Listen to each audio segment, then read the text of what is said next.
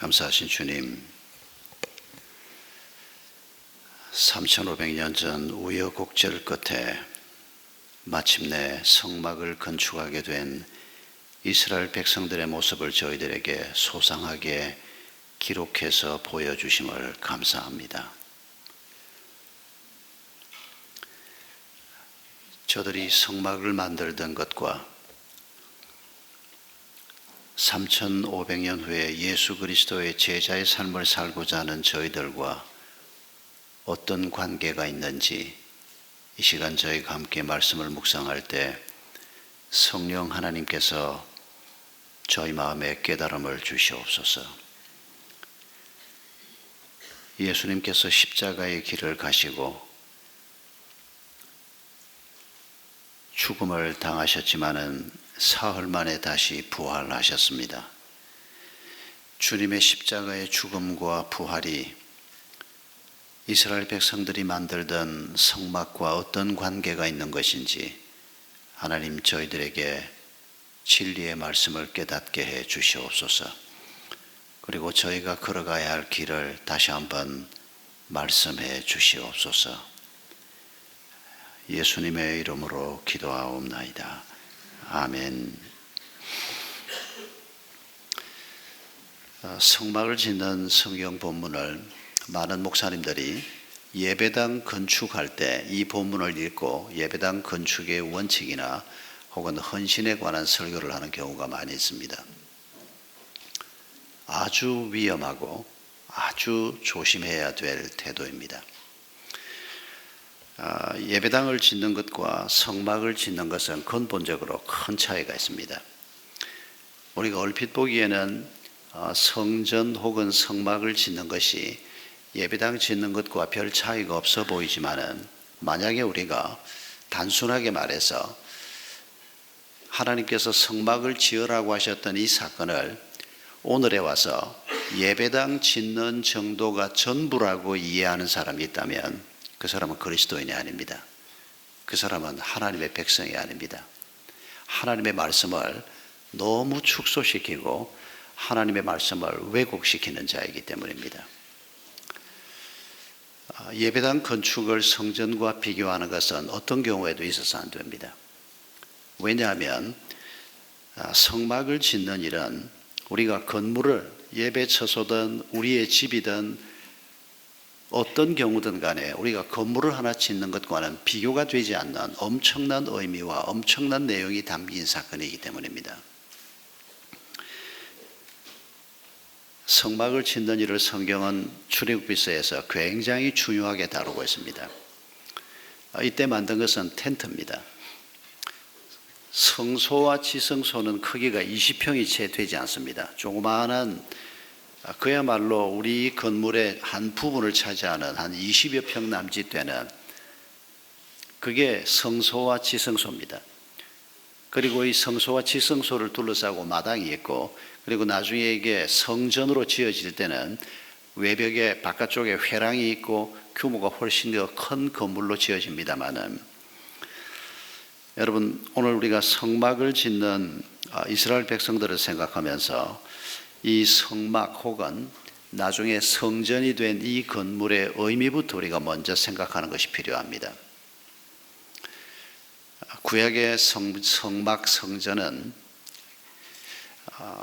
약 한 1500년 동안의 긴 역사를 가지고 있습니다. 기원전 1500년경에 성막을 만들었습니다. 그리고 40년 동안 이 성막을 들고 다니다가 가나안 땅에 들어가서 이 성막을 실로에 안치를 했습니다. 그리고 그때부터는 이 성막이 움직이지 않고 실로에 그냥 있었습니다. 그러다가 약 한 500년 가까운 세월이 지난 다음에 다윗 때 성전을 건축하겠다고 하나님 앞에 아뢰었습니다. 그러나 하나님께서는 다윗이 짓지 못하게 하고 솔로몬으로 하여금 성전을 짓게 했습니다. 이 성전이 그렇게 오래 가지 않아서 파괴가 됩니다. 불과 500년이 지나지 않아서 성전 자체가 파괴가 됩니다. 남왕국 유다가 멸망할 때 기원전 6세기입니다. 성전까지 완전히 무너집니다. 그리고 70년 포로 시대가 오고 70년이 지난 다음에 이스라엘 백성들이 다시 고향 땅으로 돌아오기 시작합니다. 그때 스룹바벨을 중심한 지도자들이 돌아와서 제일 먼저 성전부터 지어야겠다. 그러나 성전을 지을 수 있는 경제적인 능력이 충분치가 않았습니다. 정부도 없고 군대도 없고 재력도 없었습니다. 그러나 그들이 할 수 있는 최대한 힘을 내서 포로에서 돌아온 사람들이 만든 성전을 스룹바벨 성전이라고 표현을 합니다. 스룹바벨이 중심이 돼서 지었던 성전이기 때문입니다. 그런데 솔로몬 성전과 비교해서 아주 초라한 성전이었습니다. 성경에 보면 어린 시절에 솔로몬 성전을 보았던 분들이 혹은 성전을 직접 보지 않아도 그 성전이 얼마나 아름답고 근사했는가를 이스라엘 백성들이 계속 구전으로 전해 들었지 않습니까? 그리고 기록들도 있었을 것입니다. 그들이 초라한 스룹바벨 성전을 보면서 눈물을 흘리고 울었다는 기록도 있습니다. 이 스룹바벨 성전을 만들고 난 다음에 나중에 헤롯이 이 지역의 왕이 되면서 로마 황제로부터 이 팔레스틴 땅을 다스리는 왕으로, 임명왕으로 오게 됩니다. 자기가 그 지역을 전쟁을 해서 얻거나 혹은 아버지로부터 물려받은 땅이 아니고 로마가 다스리고 있는 땅을 이 황실과 깊은 관계에 있던 헤롯 집안에서 임명왕으로, 이 사람은 이두메 사람이었습니다. 유대인이 아닙니다. 이방인이었습니다. 그런데 그 지역을 다스리는 왕으로 왔습니다. 이스라엘 백성들이 그를 좋아할 리가 없습니다. 좋아할 수도 없습니다. 그런데 헤롯 왕은 이스라엘 백성들의 마음을 사기를 원했습니다. 그래서 그가 시도한 게 뭔가 하니까 이스라엘 백성들이 그렇게 소중하게 여기는 이 성전, 그러나 그게 스룹바벨 성전이어서 아주 초라한 성전이었습니다. 이 성전에 엄청난 돈을 투자를 합니다. 그리고 정축 공사를 시작합니다. 예수님이 활동을 하시던 때에 바로 이 성전이 아직 공사가 다 끝나지 않았던 한 40년을 이 성전을 정축 공사를 하면서 이스라엘 백성들 마음속에 헤롯 왕, 하나님도 모르고 여호와를 믿지도 않는 헤롯 왕은 밉지만은, 그러나 이 헤롯이 만든 성전에 대해서는 굉장한 자부심을 가지고 있는 그 성전이 예수님 당시의 성전이었습니다. 물론 예수님이 활동하던 그때는 성전을 처음 정축했던 헤롯, 대헤롯이라고 불리우는 헤롯은 이미 죽었습니다. 그리고 그 아들들이 분봉왕이 돼서 몇 지역을 나누어서 다스리고 있었습니다. 그런데 로마서 2장, 요한복음 2장을 보면 2장 19절에 우리 예수님께서 성전에 들어가셨다가 그 성전에서 장사를 하고 자기 욕심을 위해서 성전을 함부로 다루고 있는 자들을 성전에서 채찍을 가지고 쫓아내기도 하고 상을 뒤엎기도 하는, 사실 예수님께서 그 일을 벌였을 때 예수님의 죽음은 결정된 것이나 마찬가지였습니다. 그 성전에서 나오는 돈은 어마어마했습니다. 거기서 환전을 해주고 수익을 얻고, 양을 바깥에서 사가지고 오면 가령 한 10,000원이면 사는데 바깥에서 사가지고 오는 양은 성전에서 아예 받질 않으니까 반드시 성전 마당에서 파는 양을 사서 가지고 와야 제물로 받는 이런 횡포를 부리기 시작하면서 10,000원짜리 양이 성전 마당에서는 30,000원, 50,000원으로 둔갑을 하고 가난한 백성들의 피를 빨아먹는 그런 엄청난 수익을 이 성전 마당에서부터 제사장들이 걷기 시작하는 겁니다. 그리고 이걸 나누어 먹기 시작하는 겁니다. 예수님 당시의 성전은 하나님의 이름을 높이고 하나님이 어떤 분인가를 드러내는 원래 성전과 성막을 만들 때 의미는 없어지고 그야말로 돈 먹기 딱 좋은 곳이었습니다.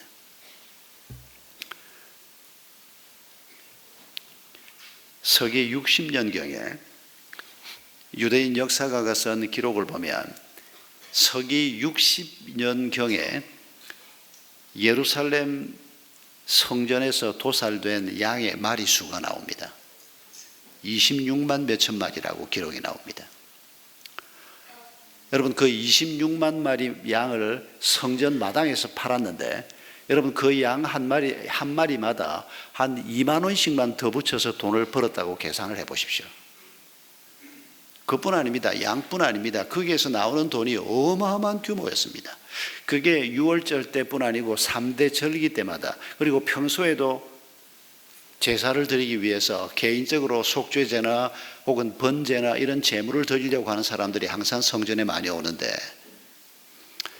성전은 경건이나 하나님에 대한 신앙은 찾아보기 어렵고, 제사장들과 레위인들에게는 돈 벌기 딱 좋은 곳이고, 백성들은 이 엉터리 같은 사람들 때문에 하나님 앞에 좀 의미 있는 제사를 드리기 위해서 찾아와도 마음에 상처를 받고 돌아가는 이런 고약한 곳이 되고 말았습니다.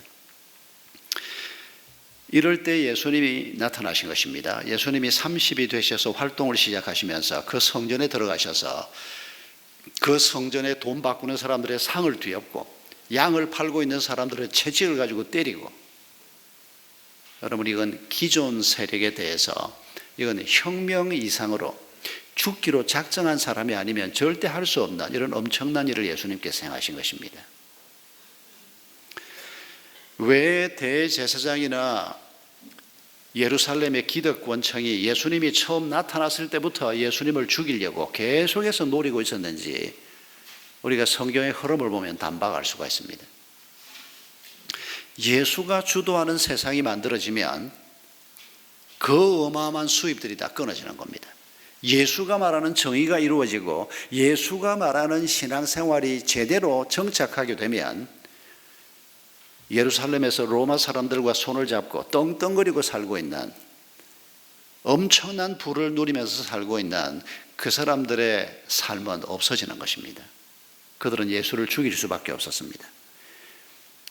많은 것을 가지고 있는 사람들이었기 때문에 그 사람들은 예수가 하는 말이 정의냐, 예수가 하는 말이 정말 옳은 것이냐, 거기에는 별 관심이 없고, 예수가 하는 말이 내가 누리고 있는 이 부를 유지시켜주는 이데올로기가 될 수 있느냐, 아니면 나를 무너뜨리려고 하는 거냐. 여러분, 있는 사람들은 여기에 얼마나 민감한지 모릅니다. 우리처럼 평범한 사람들도 이게 나한테 이익이 되나 안 되나, 그게 우리를 말하게 하고 우리가 행동하게 되는 가장 중요한 근거가 되는 일이 얼마나 많습니까? 여러분, 이런 상황에 예수님께서 그 아름다운 예루살렘 성전을 바라보시면서 요한복음 2장 19절에서 이 성전을 헐라 내가 사흘 만에 다시 일으키겠다, 이렇게 말합니다. 이미 예수님을 미워하고 있던 사람들은 이 성전이 몇 년 만에 지어진 줄 아냐? 네가 어떻게 사흘 만에 이 성전을 헐었다가 다시 짓겠다고 하느냐? 이런 비난과 함께 구약 성경에서 성전을 헐고 다시 짓는 자라고 하는 표현은 오실 메시아를 표현하는 표현입니다.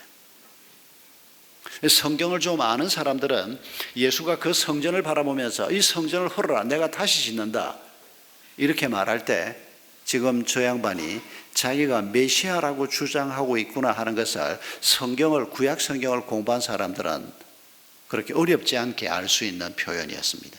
자기가 하나님의 아들이라고 주장하는 것을 그렇게 어렵지 않게 알 수 있었습니다. 예수님의 죽음은 그렇게 예고되어 있었습니다. 여러분, 예수님께서 이 성전을 헐어라, 내가 사흘 만에 다시 일으키겠다, 그렇게 말했을 때 그 말뜻을 알아들은 사람은 아무도 없었습니다. 유대인 기득권층들은 물론 못 알아들었고 예수님의 제자들까지도 그 말뜻을 알아듣지 못했습니다. 예수님이 무슨 뜻으로 이런 말씀을 하시나.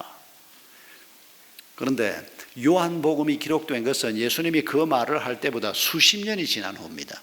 수십 년 전에 예수님이 살아계실 때 예수님의 제자 요한이 그 말을 들었습니다. 그런데 수십 년이 지난 후에 성령의 감동으로 요한복음을 기록하면서 2장 19절에서 예수님이 이 성전을 헐라고 말씀하셨던 그 부분을 기록한 다음에 요한이 뭐라고 기록합니까? 예수님이 이렇게 말씀하신 것은 자기 자신을 가리켜 하신 말씀이다. 굉장히 중요한 가르침을 거기에서 말씀하고 있습니다. 여러분, 이스라엘 백성들이 시내산 기슭에서 성막을 만들고 있습니다. 아주 아름다운 성막을 만들고 있습니다.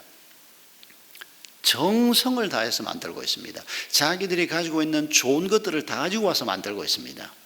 여러분, 이 성막이 뭐라고요? 눈에 보이지 않는 하나님을 드러내 보여주는 하나님의 임재 상징입니다.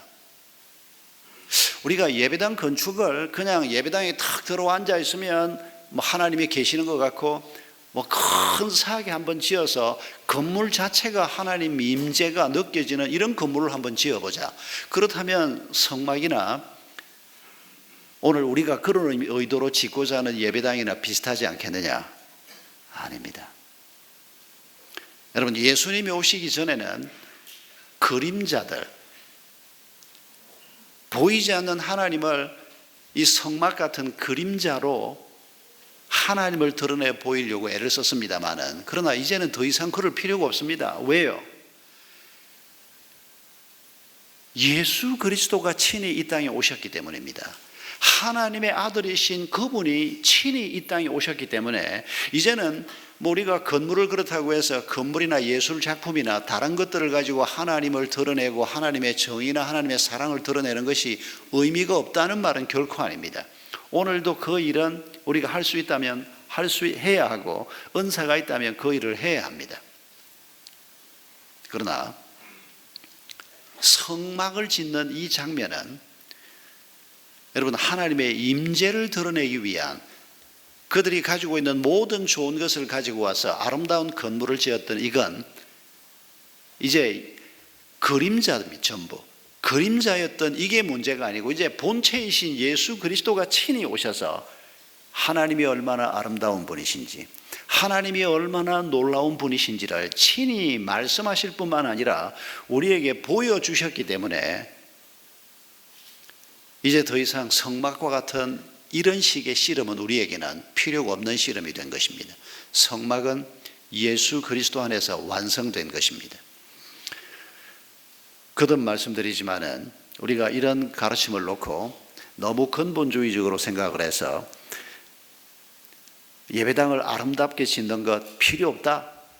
그래서 예배당은 그냥 그냥 밋밋하게 그냥 우리 이렇게 지어놓은 것만 해도 어떤 분들은 여러분 중에도 그런 분이 계실지 모릅니다. 어릴 때부터 훈련을 받기를 예배당에는 아무것도 걸면 안 된다. 저런 것도 걸면 안 되고 십자가도 걸면 안 되고 그냥 민자로 전부 만들고 담백하게 만들고 약간 좀 우측으로 조금 치우친, 제가 그런 교회를 어릴 때부터 다녔습니다. 그렇게 훈련을 받으면 어른이 된 다음에도 너무 예쁘게 지어놓은 예배당이 들어오면 부담이 좀 느껴집니다. 이런 걸 가지고 하나님이 드러나는 게 아닌데 너무 지나치게 생각할 필요는 없습니다. 우리가 아름다운 그림을 보고 아름다운 경치를 보고 아름다운 예술 작품을 보고 우리가 하나님을 느낄 수 있습니다. 여러분, 피에타 같은 거 한번 생각해 보십시오. 내가 로마 성당에 2번을 가봤는데 그 피에타 앞에서 발걸음을 뗄 수가 없었습니다. 그림으로만 봐도 그게 얼마나 기가 막힙니까? 어머니 마리아가 이제 막 그 아들 예수 그리스도를 십자가 위에서 끌어내린 것 같은 그런 순간에 자기 무릎 위에 아들을 얹어놓고 아들이 죽었습니다. 어머니가 그 아들을 내려다보고 있습니다. 그런데 여러분, 그 아들을 바라보고 있는 그 어머니 마리아의 얼굴을 조각으로 만들었는데 2가지 얼굴이 정확하게 그 속에 들어있습니다. 세상에서 가장 큰 슬픔을 당한 어머니의 얼굴이 거기에 들어있습니다. 그리고 세상에서 가장 큰 평안을 누리고 있는 평안의 얼굴이 그 피에타 그림 조각 속에, 그 마리아의 얼굴 속에 그대로 들어있습니다. 정말 놀라운 작품입니다. 어떻게 그런 작품을 만들 수가 있는지. 여러분, 여전히 오늘도 우리가 예술 작품이든 자연이건 무엇이건 간에 하나님의 영광과 하나님의 놀라움을 드러내는 일은 여전히 우리 몫입니다. 우리가 할 수 있으면 하고 아름다운 것들을 우리가 누리는 것 하나님이 주신 은총이라고 생각합니다. 그러나 예수 그리스도를 빼놓고 그 얘기를 하면 안 된다는 겁니다. 그림자였던 성막이었는데, 그런데 이제는 본체이신 예수 그리스도가 오셨는데 예수 그리스도의 아름다움은 얘기하지 않고 건물의 아름다움을 얘기하고 예수 그리스도가 얼마나 뛰어난 분인가를 우리가 생각하지 않고 다른 걸 가지고 얘기를 한다면 여러분, 그건 왜곡이라는 것입니다.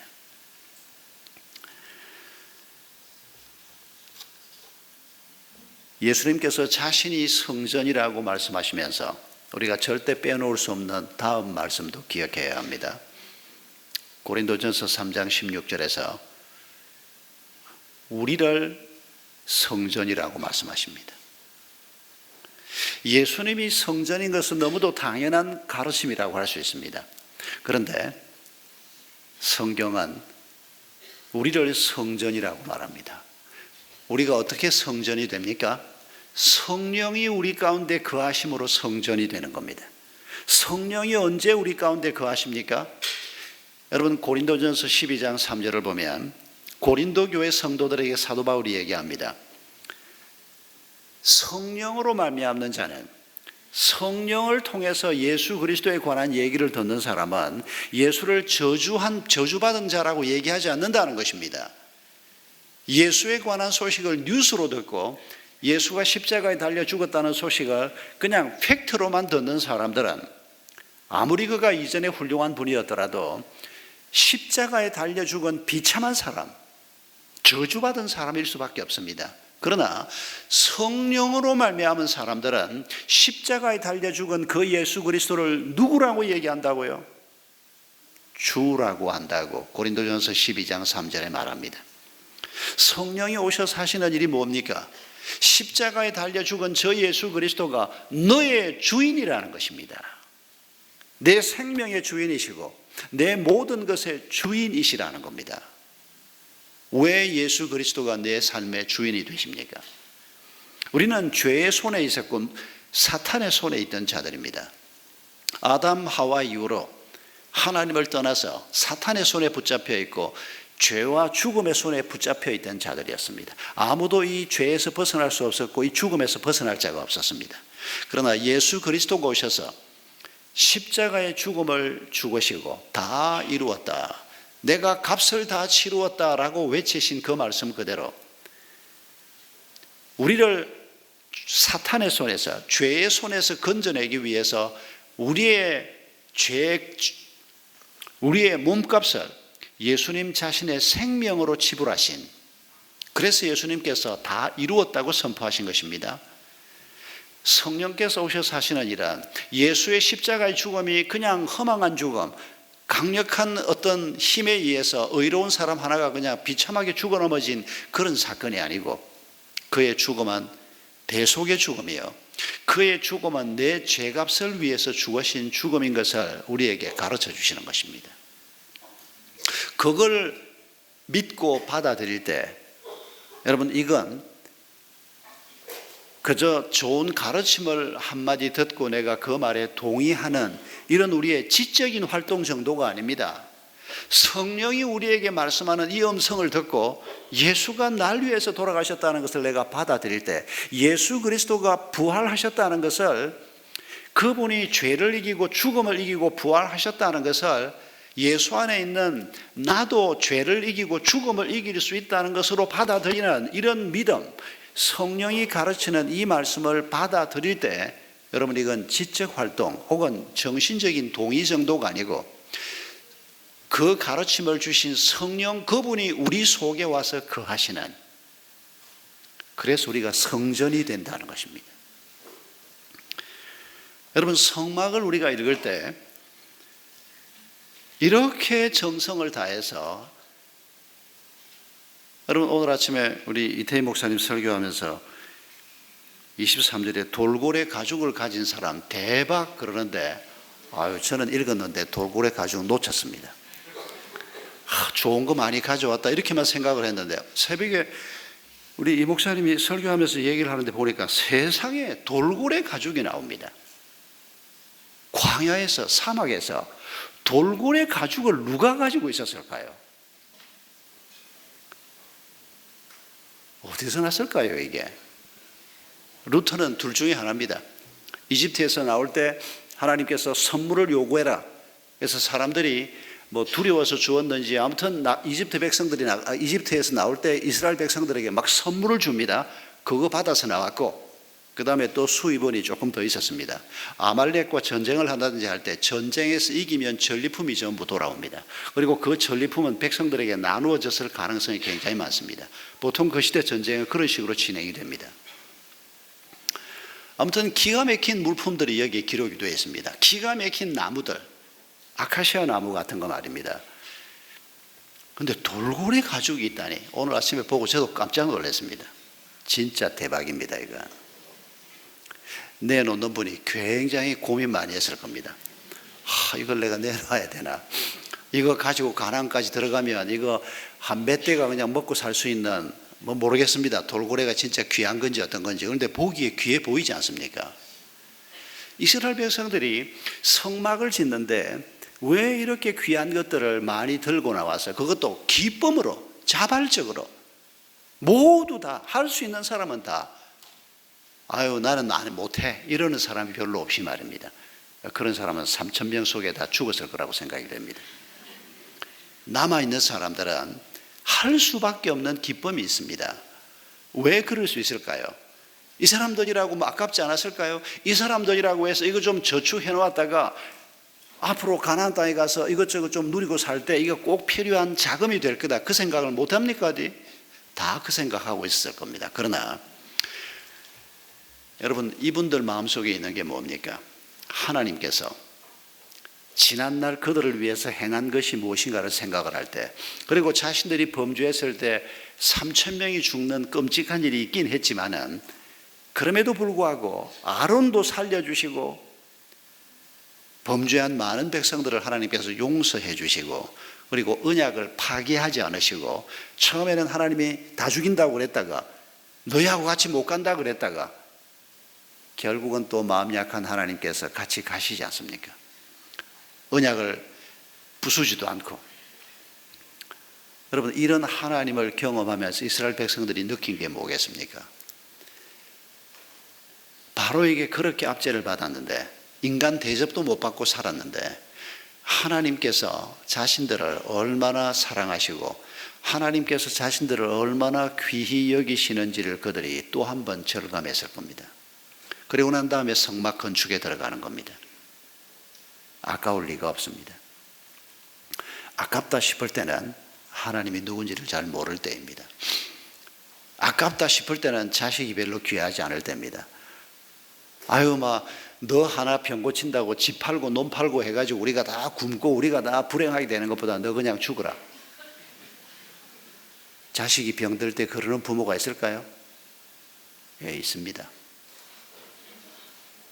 자식을 정말 하나님의 마음으로 사랑할 줄 모르는 그런 부모들이 혹 있는 걸 봅니다. 그러나 여러분, 사랑하는 사람이 죽음 앞에 있을 때 집을 생각하고 내 호주머니가 털리는 걸 생각을 하고 그런 게 어디 있습니까? 내 목숨이라도 값으로 지불해서 내 아이를 살리고 싶고 내 가족을 살리고 싶은, 여러분, 그런 마음을 우리가 생각해 보면 알 수 있지 않습니까? 바로 하나님이 이들에게 그런 분이었던 겁니다. 여러분, 이런 마음을 가지고 우리가 기쁨으로 원하는 사람들이 자기의 모든 좋은 것들을 가지고 나와서 또 자기의 재주를 바쳐서 성막을 만들었던, 여러분, 이걸 기억하면서 우리는 뭘 만들어야 할까요? 우리도 이 말씀처럼 예배당을 예쁘게 한번 꾸며보자. 예, 꾸밉시다. 그런데 그런 정도를 가지고 우리가 지금 이 말씀을 적용해서는 안 된다는 겁니다. 어디에 적용해야 합니까? 내가 하나님의 성전으로 아름답게 세워지는 것입니다. 내가 하나님의 성전으로 세워지고 우리의 가정이 흠도 티도 없는 영광스러운 하나님의 교회로 세워지고 우리의 목장이, 우리 은혜 샘물 공동체가 거룩한 하나님의 에클레시아로 세워지는 일을 위해서 온 힘을 다 바치라는 겁니다. 모든 좋은 것을 다 드리라는 것입니다. 아까워하지 말라는 것입니다. 그럴 만한 가치가 충분히 있다는 것입니다. 그래서 예수님께서 자신을 성전이라고 말씀하시고 예수 그리스도를 믿는 모든 사람들이 성령의 가르침을 따라서 그 믿음을 가질 때 그들도 성전이라고 말씀하시는 것입니다. 여러분, 우리가 죽는 날까지 우리 마음속에 온 힘을 다해서 꿈꾸고 노력하고 실험해야 될 과제는 우리 한 사람 한 사람이 하나님의 성전으로 세워지는 것입니다. 여러분, 이 성전에 돌고래 가죽은 어디에 붙였는지 모르겠습니다. 어디에는 뭘 쓰고 정말 아름답게 만들어 놓은 이 성막을 떠올릴 때마다 내가 이렇게 아름다워져야 하는데, 내가 이렇게 근사해져야 하는데, 여러분, 이 생각을 게을리하지 마십시다. 내 가족들이 이 성전처럼, 성막처럼 아름다워져야 하는데, 그런데 이 아름다운 성막은 세상 것 가지고 만들어지지 않는다는 것도 잊지 마십시다. 하나님이 공급하신 것 가지고 만들어져야 합니다. 우리 목장 식구들이 한 사람 한 사람 아름다운 성전으로 세워지고, 그 가족들이 다 성전으로 세워지고, 우리 은혜 샘물 공동체가, 오늘 이 땅에 하나님의 교회가 바로 이런 아름다운 모습으로 만들어지는 일을 위해서 우리의 모든 노력, 우리가 할 수 있는 모든 투자를 다하면서 우리의 남은 길을 걸어가기를 주님께서 원하시는 것입니다. 기쁨으로 할 수 있기를 바랍니다. 기쁨이 생기지 않으면 뭔가가 잘못된 겁니다. 부담스러운 그런 얘기를 오늘 또 듣고 가는구나. 아닙니다, 여러분. 지금 부담을 드리는 게 아니고, 우리를 이렇게 영광스러운 존재로 만들겠다는 하나님의 말씀을 지금 얘기하는 건데, 이게 막 부담으로 다가오면 이거 제가 잘못 전하고 있거나 여러분이 잘못 이해한 것입니다. 아니면 둘 다 잘못하고 있든지. 여러분, 부담을 나누려고 하는 것이 아니고, 이 아름다운 성막을 우리가 떠올리면서 이게 바로 내 모습이 되는, 하나님이 그 일을 지금 하려고 하는, 여기에 우리가 하나님과 같이 마음을 더하는, 여러분, 이 꿈을 우리가 갖는 것입니다.